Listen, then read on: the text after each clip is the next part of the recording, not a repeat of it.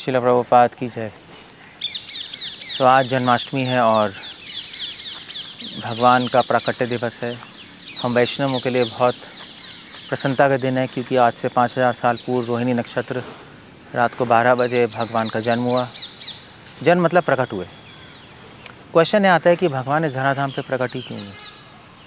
उस पर दो प्रश्न हैं कि इस संसार में प्रकट होने का भगवान का कोई अपना स्वार्थ है, और दूसरा है कि इस संसार में प्रकट होना ही एक बहुत बड़ा चैलेंज है, क्योंकि ये संसार ही अपने में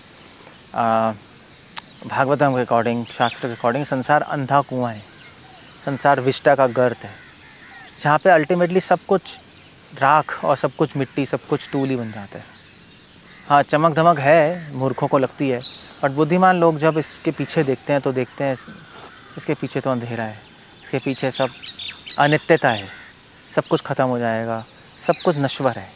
सो जब यहाँ के संतों को, साधुओं को इस संसार से वैराग्य, कोई इंटरेस्ट नहीं है, तो भगवान को कहाँ से इंटरेस्ट होगा यहाँ पर। इसलिए विदुर और मैत्रेय की डिस्कशन है भागवतम में। विदुर मैत्रेय जो हैं वो उनकी चर्चा में यह आ रहा है कि भगवान विष्णु, भगवान कृष्ण को कोई रुचि नहीं है इस ब्रह्मांड में, इस भौतिक जगत में, बट फिर भी आते हैं। फिर भी क्यों आते हैं? क्योंकि हमारे लिए मोक्षार्थम भोगार्थम, इस संसार के जीवात्माओं को मोक्ष मिले, संसार के जीवात्माओं को भगवान के बारे में पता लगे। जब तक वो नहीं बताएंगे आकर, तब तक हमें पता कैसे लगेगा। इसलिए वो आते हैं अपनी इन्फॉर्मेशन देने, अपने बारे में बताने में कि वो कितने सुंदर हैं, उनकी लीलाएं कितने सुंदर हैं, लीलाओं के द्वारा उनके गुण कितने सुंदर हैं। और जब हम उनके लीला और गुणों को आज 5000 साल बाद भी स्मरण करते हैं, और उनकी गीता को, जो उन्होंने सारे शास्त्रों का सार दे दिया, तो आज भी उनकी गीता स्मरण करने से हमारा मन शुद्ध होता है, आत्मज्ञान होता है। उनकी लीलाएं स्मरण करने से उनकी तरफ आकर्षण होता है।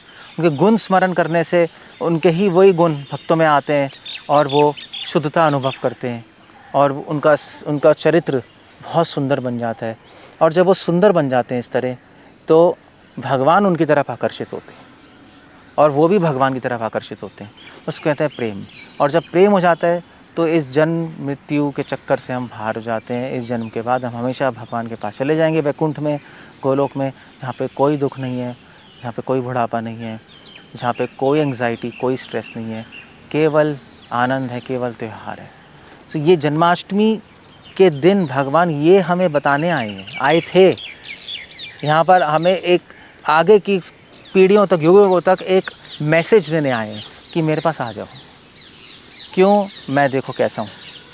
मेरे साथ रहोगे तो हमेशा खुश रहोगे, मेरे साथ रहोगे तो हमेशा